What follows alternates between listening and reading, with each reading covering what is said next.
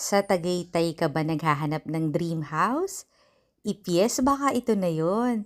Napakalapad ng frontage nitong brand new house na to. At ang laki talaga ng mga garden kasi meron tong lot area na 450 square meters. Meron ka pang barbecue area. Tapos ito, covered lanay. Pwedeng gawing alfresco dining. Tapos ayan, meron kang grasso. Meron tong floor area na 340 square meters at pagpasok mo, ang luwag ng living, dining, and kitchen area. At double height ceiling dito sa living area. Ang enggrande ng bahay mo. Ang ganda pa ng location dito sa Tagaytay. Nasa isang safe, gated, and flood-free subdivision. Ito yung kanyang daily kitchen. Tapos may access papunta dito sa side of your house. Dahil nga single detached to, lahat may setback. Pati dito sa likod. Tapos mataas pa yung kanyang fence. Added security rin. Ang liwanag dito, oh. May access to papunta sa iyong helper's room. Ayan siya. Tapos may gate pa.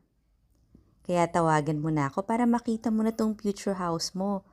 Meron tong total of 3 bedrooms. Tapos may roof deck. Tapos ito parang napakalaking family area na accessible dun sa may iyong covered lanay. Pwede ka rin magpalagay ng swimming pool. May mga planter box, oh. Wala ka pang kapitbahay sa gilid, sa harap at sa likod. Kaya napaka-presko ng hangin mo dito. Ito naman yung bathroom. Kaya tawagan mo na ako for tripping. Baka ito na yung bahay na matagal mo nang hinihintay. Check natin yung second floor. Nandyan yung 3 bedrooms. Pero ito muna yung open to below. Check natin yung master bedroom. Ito na yun. Tapos meron pa siyang mga shelves. Pwede kang mag-office dyan or kung mag-work from home ka, pwede. Ito yung kanyang bathroom. Modern design. Tapos meron kang walk-in closet. Yan naman yung kanyang balcony. May view ng neighbors. Marami pang puno at grassland dito. Silipin natin yung other rooms. Pero bago yon, makikita mo yung common bathroom ng 2 bedrooms. Modern design din. Modern minimalist kasi ang peg nitong bahay na to. Ito yung unang second bedroom.